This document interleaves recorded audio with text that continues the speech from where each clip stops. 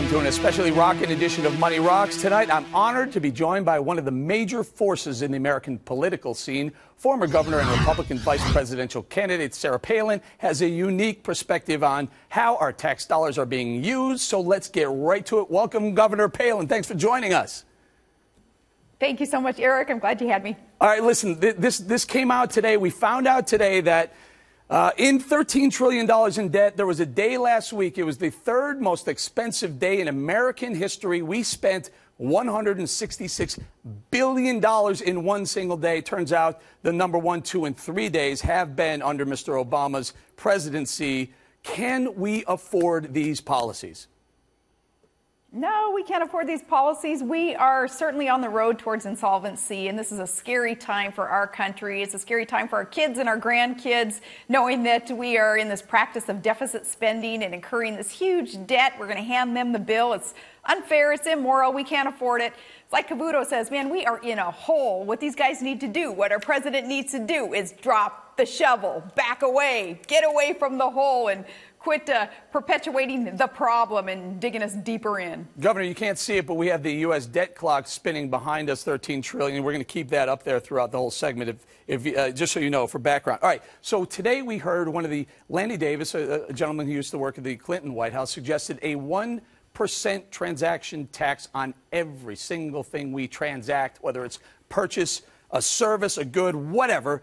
Is this the way to solve the debt crisis? See how screwed up these guys are? That is the screwiest idea yet, is to add another tax on top of what businesses are already burdened by from the federal government and by some of our state governments too. No, these guys need to go the complete opposite route that they're going today, and that is cut taxes and cut government spending and incentivize the job creators to get out there and start hiring more people and start producing again in this country. Quit outsourcing our opportunities and our services and our projects and products.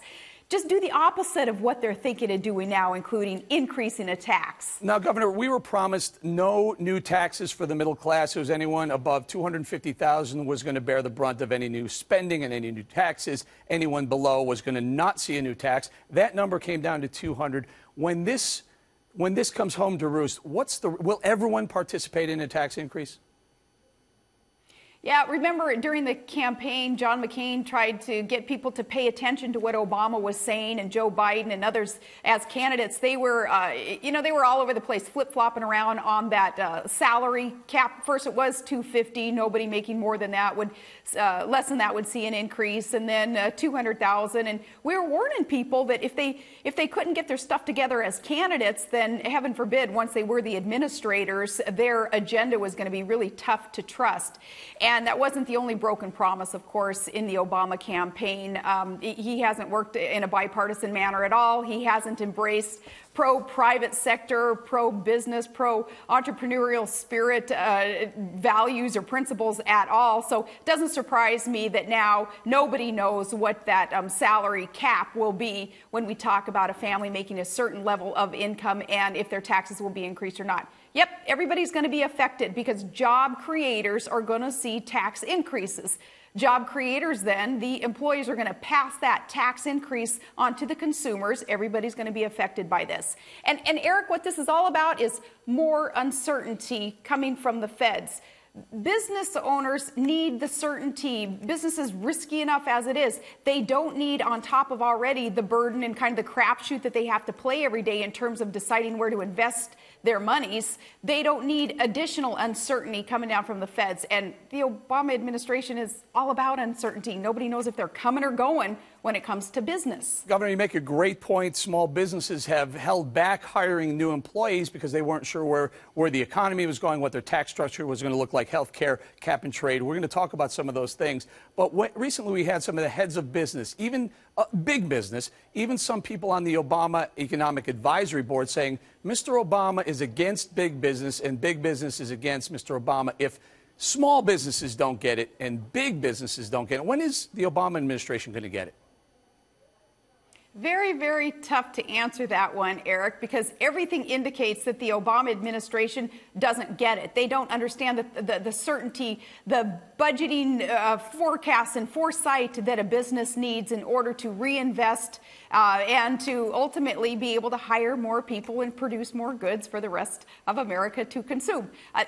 President Obama never ran a business, I don't suppose. I don't think he's ever had to make payroll. I don't think he's ever had to craft his own budget and make sure that he's living within his means in running a business. I think a little bit of that personal experience would have helped him be able to appoint the right people to make the decisions that are needed, that are more reflective of that entrepreneurial spirit that helped build this great country that we still live in and that we're going to take back.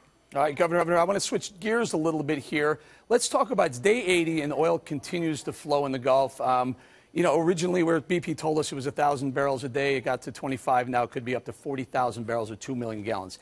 Issue number one, has the Obama administration done everything they could have and should have done to cap this well or to clean up this spill?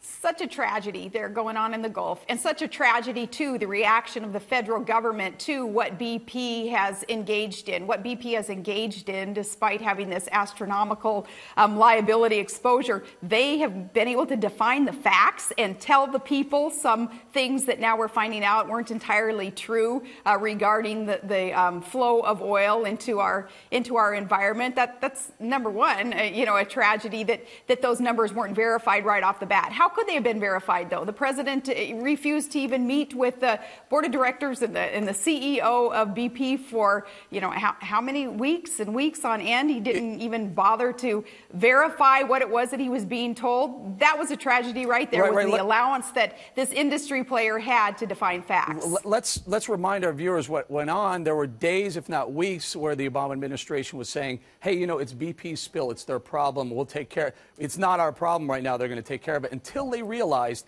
the extent and magnitude of this tragic accident. Right, which, Eric, was irresponsible of our federal government. This tragic accident, this spill, happened in federal waters. It is the jurisdiction, the responsibility of the federal government. If that were to happen in my state, in Alaska, when I was governor, we set up a petroleum systems integrity office to make sure that BP specifically, because we had problems with some of their lax preventative measures that they were being dinged on, we wanted to make sure that they were maintaining their infrastructure and that they were doing everything safely and ethically and responsibly. I sure wouldn't have gotten away with not verifying what it was that they were telling me and let it go on for weeks and weeks on end, as our administration in the White House has allowed. Well, let's talk about that for a second, Governor. Let's say it's 2012, this hadn't happened yet, and there is a spill, an accident, a disaster that to the magnitude of this BP Deepwater Horizon. President Palin, what would she do? Well, we're never going to let this happen again, because we are going to enforce the laws that we have on the books. It's not necessarily creating new laws and more regulations. It's enforcing the ones that we already have on the books. And it's also a matter of not allowing the environmentalists, the extremists, to shoo us off safer areas that need to be drilled so that we can extract our own domestic resource and then be less reliant on foreign sources of energy. We can be drilling right now in Anwar at the stroke of a pen. This administration and this Congress can allow Anwar to be tapped and extract in the billions of barrels of oil and the hundreds of trillions of cubic feet of clean natural gas that are waiting in some of the lands in Alaska that the federal government has tied up. Shallow water drilling, too, is there on the horizon. Stroke of a... It's the political will that is missing in this whole scenario, why it is that we have shooed off these opportunities from safer places to drill, and now we're looking at, a mile underwater, out in the middle of nowhere, unprecedented problem that we're facing, and no way to stop this leak. Governor, political will, very interesting you bring that up. My curiosity is whether or not the Obama administration will use this disaster to change its drilling policy. Recall a couple of weeks ago, maybe a month and a half ago, he decided to allow some more offshore wells, some acres, to be drilled. Is this his opportunity or their opportunity to change their mind on that? Yeah, and it's really pathetic that that's what we have to look forward to. Not only the moratorium that Obama hit the Gulf states with, saying that we weren't going to allow the offshore, and then fighting the courts when the courts even said, no, you got to allow the drilling to continue, and they're still fighting that. But it's like Rahm Emanuel has said, you never let a crisis go to waste. They're capitalizing on this crisis with the spill in the Gulf to say they do not want continued offshore drilling. Well, isn't that convenient? That's a political part of their agenda that they've wanted for who knows how long. And then another thing, Eric, too, keep in mind that next will come the job-killing, burdensome cap and trade, I call it cap and tax legislation, that will also be tabbed on top of this crisis. Another problem that America is going to have to encounter once they hammer us with a cap and tax. Great point, Governor. We saw Mr. Obama spend the day today in Kansas City at an electric vehicle plant. Trucks, the plant produces electric trucks.